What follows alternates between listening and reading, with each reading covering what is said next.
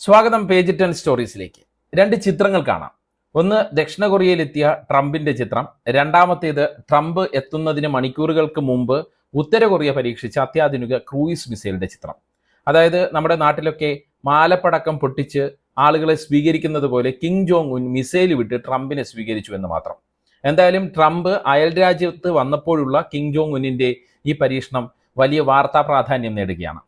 ട്രംപിന് തങ്ങൾ ഒട്ടും വില നൽകുന്നില്ല എന്ന കൃത്യമായ സന്ദേശമാണ് കിം ലോകത്തിന് മിസൈൽ പരീക്ഷണത്തിലൂടെ നൽകിയത്. ട്രംപിന് ആരും വില കൊടുക്കാത്ത ഒരു കാലമാണ് ഇതെന്ന് കരുതേണ്ടി വരും. ചൈനയാണെങ്കിൽ വ്യാപാര കരാറുമായി ബന്ധപ്പെട്ട് അമേരിക്കയോട് സ്വരം കടുപ്പിക്കുന്നു എന്നാണ് ഏറ്റവും ഒടുവിലത്തെ റിപ്പോർട്ടുകൾ.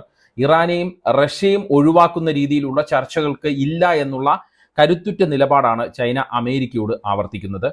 പുടിനാണെങ്കിൽ വാഷിംഗ്ടൺ വരെ ലക്ഷ്യം വെക്കാൻ കഴിയുന്ന അപൂർവ മിസൈലുമായി എന്തിനും തയ്യാറായി നിൽക്കുന്നു. ഇറാൻ ട്രംപിനോട് ഒരു ചർച്ചയും ഇല്ലെന്നുള്ള സമീപനം സ്വീകരിക്കുന്നു. ആകെ ചർച്ചയുടെ വാതിലെങ്കിലും തുറന്നത് ചൈന മാത്രമാണ്. പക്ഷേ ചർച്ചയിൽ തങ്ങളുടെ വ്യക്തമായ നിലപാട് ചൈന മുന്നോട്ട് വയ്ക്കുകയാണ്. അമേരിക്കയ്ക്ക് വഴങ്ങിയുള്ള കരാറിന് ഇല്ല എന്നുള്ള സന്ദേശം ചൈന നൽകുകയാണ്. ട്രംപിനാണെങ്കിൽ ചൈനയുമായി ഒരു വ്യാപാര കരാർ ഉണ്ടായാലേ പറ്റൂ എന്നുള്ളൊരു സ്ഥിതിയാണ്. അതിന് ഒരുപാട് കാരണങ്ങളുണ്ട്. ഇക്കാര്യങ്ങളിലൂടെയാണ് ഈ വീഡിയോ കടന്നു പോകുന്നത്. ആദ്യം ഉത്തര കൊറിയയുടെ മിസൈൽ പരീക്ഷണം നോക്കാം. അടുത്തിടെയായി ഉത്തര കൊറിയ തുടർച്ചയായി മിസൈൽ പരീക്ഷണം നടത്തുന്നുണ്ട്. അതിൻ്റെ തുടർച്ചയാണ് ട്രംപിന്റെ ദക്ഷിണ കൊറിയൻ സന്ദർശനം നോക്കിയുള്ള ഈ പരീക്ഷണം. കടലിൽ നിന്ന് വിക്ഷേപിക്കാവുന്ന ക്രൂയിസ് മിസൈലാണ് വിജയകരമായി ഉത്തര കൊറിയ പരീക്ഷിച്ചത്. 2 മണിക്കൂർ പറക്കുന്ന മിസൈലാണ് ഇതെന്നാണ് വിവരം. കൂടുതൽ വിവരങ്ങൾ പതിവ് പോലെ ഉത്തര കൊറിയ പുറത്തുവിട്ടിട്ടില്ല. ഇതിന് തൊട്ടു മുമ്പ് ഹൈപ്പർസോണിക് സംവിധാനം ഉൾപ്പെടുന്ന 1 ബാലിസ്റ്റിക് മിസൈലുകൾ ഉത്തര കൊറിയ പരീക്ഷിച്ചിരുന്നു.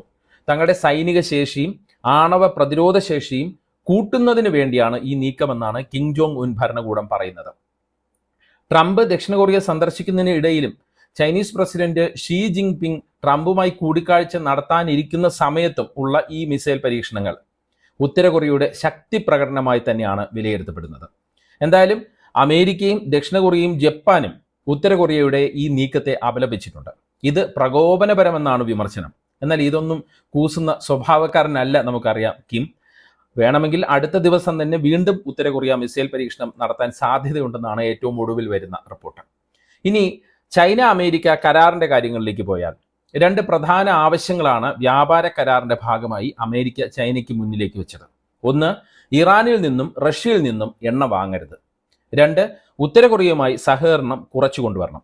എന്നാൽ ഈ 2 ആവശ്യങ്ങളോടും തന്ത്രപരമായ മൗനമാണ് ചൈന സ്വീകരിച്ചത്. അതായത് ഈ 2 ആവശ്യങ്ങളും അംഗീകരിക്കാൻ തങ്ങളെ കിട്ടില്ല എന്ന് തന്നെയാണ് അതിൻ്റെ അർത്ഥം. ഈ കാരണങ്ങൾ കൊണ്ട് വ്യാപാര കരാർ ഒപ്പിടാൻ കഴിഞ്ഞില്ലെങ്കിലും പ്രശ്നമില്ല എന്നുള്ള നിലപാടാണ് ചൈന സ്വീകരിക്കുന്നത്. ഇതിൽ തട്ടിയാണ് കരാർ വിശദാംശങ്ങളും വിവരങ്ങളും വൈകുന്നത് എന്നാണ് സൂചന. ആരോട് ബന്ധം വേണം വേണ്ട എന്നത് തങ്ങളുടെ പരമാധികാരവുമായി ബന്ധപ്പെട്ട കാര്യമാണ്. അതിൽ ഇടപെടാൻ അമേരിക്ക വരേണ്ട എന്നതാണ് ചൈനയുടെ നിലപാട്. ഇറാനും റഷ്യയും ഉത്തര കൊറിയയും ചൈനയെ സംബന്ധിച്ച് തന്ത്രപ്രധാനമായ കൂട്ടാളികളാണ്.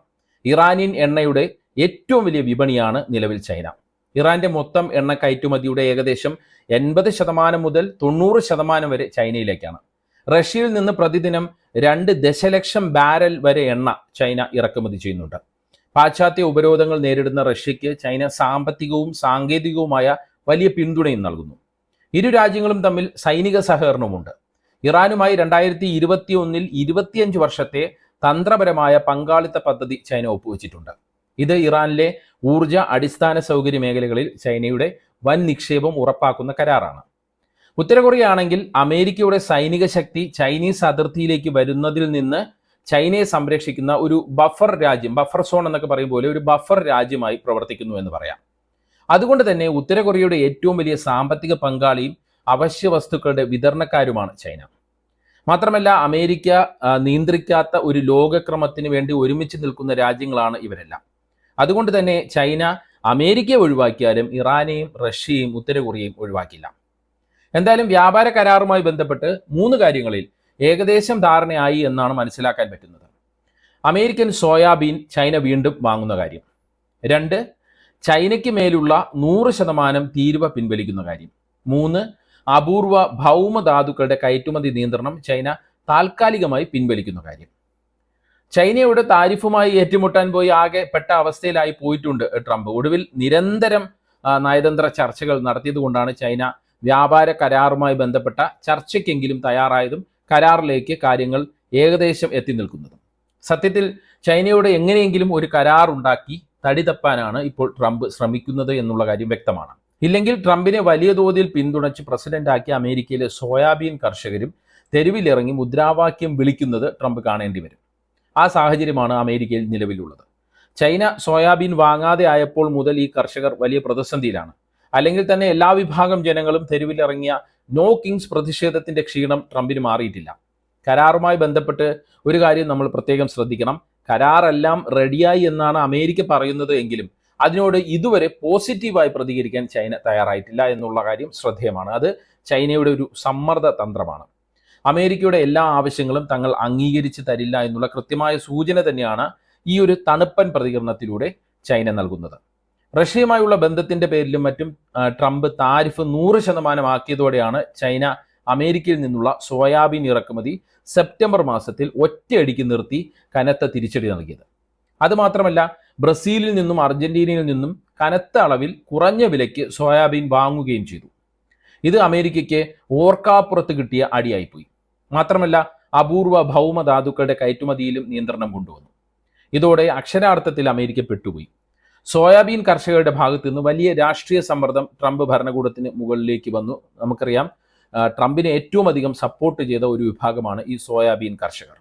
ഇതോടെയാണ് വ്യാപാര കരാറിലേക്ക് ഞൊടിയിടയിൽ അമേരിക്ക പോയത്. വ്യാപാര കരാർ ഉണ്ടാക്കി വീണ്ടും അമേരിക്കൻ സോയാബീൻ ചൈനയെ കൊണ്ട് പഴയ അളവിൽ തന്നെ വാങ്ങിപ്പിക്കുകയാണ് ട്രംപ് ലക്ഷ്യമിടുന്നത്. പക്ഷേ ചൈന വളരെ കരുതലോടെയുള്ള സമീപനമാണ് ഇക്കാര്യത്തിൽ സ്വീകരിക്കുന്നത് എന്നതാണ് നമുക്ക് മനസ്സിലാക്കാൻ പറ്റുന്നത്. അമേരിക്കയിൽ നിന്ന് പഴയ അളവിൽ സോയാബീൻ ഇപ്പോൾ വാങ്ങാൻ ചൈന ഉദ്ദേശിക്കുന്നില്ല. പകരം കുറഞ്ഞ അളവിൽ വാങ്ങി തുടങ്ങും. പിന്നീട് അത് കൂട്ടാമെന്നുള്ള നിലപാടാണ് ചൈന സ്വീകരിക്കുന്നത്. അതോടൊപ്പം ബ്രസീലിൽ നിന്നും അർജന്റീനയിൽ നിന്നും സോയാബീൻ വാങ്ങുന്നത് ചൈന തുടരുകയും ചെയ്യും. അതായത് അമേരിക്ക അല്ലാതെ ഒരു ബദൽ മാർഗം അവിടെ തന്നെ നിലനിർത്തിക്കൊണ്ടുള്ള തന്ത്രമാണ് ഇക്കാര്യത്തിൽ ചൈന സ്വീകരിക്കുന്നത് എന്ന് അർത്ഥമാക്കണം. അപൂർവ ഭൗമധാതുക്കളുടെ കാര്യം പറയുകയാണെങ്കിൽ സ്മാർട്ട് ഫോണുകൾ, ഇലക്ട്രിക് വാഹനങ്ങൾ, വിൻഡ് ടർബൈനുകൾ, ഫൈബർ ഓപ്റ്റിക്സ്, സെമി കണ്ടക്ടറുകൾ, മിസൈലുകൾ പോലുള്ള പ്രതിരോധ സാമഗ്രികൾ എന്നിവയിൽ ഉൾപ്പെടെയുള്ള എല്ലാ ഹൈടെക് ഉൽപ്പന്നങ്ങളുടെയും നിർമ്മാണത്തിന് ഒഴിവാക്കാൻ പറ്റാത്ത 17 ലോഹങ്ങളുടെ ഒരു അപൂർവ കൂട്ടമാണ് ഈ അപൂർവ ഭൗമധാതുക്കൾ എന്ന് പറയുന്നത്. ഈ ധാതുക്കളുടെ ആഗോള ഉൽപാദനത്തിന്റെയും സംസ്കരണത്തിന്റെയും ഏകദേശം 70 മുതൽ 90% വരെ നിയന്ത്രിക്കുന്നത് ചൈനയാണ്. ചൈനയുടെ സെമി കണ്ടക്ടർ സാങ്കേതികവിദ്യ രംഗത്തെ വളർച്ചയെ ലക്ഷ്യമിട്ട് US ഏർപ്പെടുത്തിയ കയറ്റുമതി നിയന്ത്രണങ്ങൾക്കുള്ള പ്രതികാര നടപടി കൂടിയായാണ് ചൈന ഈ ധാതുക്കളുടെ കയറ്റുമതിയിൽ കനത്ത നിയന്ത്രണം കൊണ്ടുവന്നത്. ഇതോടെയാണ് 100% താരിഫുമായി ട്രംപ് രംഗത്ത് വന്നത്. അതിന് പിന്നിൽ മറ്റൊരു ലക്ഷ്യം കൂടി ഉണ്ടായിരുന്നു. റഷ്യയും ചൈനയുമായുള്ള ബന്ധം നിലയ്ക്ക് നിർത്തുക എന്നുള്ള ലക്ഷ്യം. അത് പക്ഷേ ചൈനയുടെ സോയാബീൻ തന്ത്രത്തിൽ തട്ടി ചിതറുന്ന കാഴ്ചയാണ് നമ്മൾ കണ്ടത്. അതുകൊണ്ട് ചൈനയുടെ നിലപാട് പ്രതിഫലിക്കുന്ന രീതിയിലുള്ള ഒരു കരാർ മാത്രമേ ഉണ്ടാകൂ എന്നുള്ള കാര്യം വ്യക്തമാവുകയാണ്.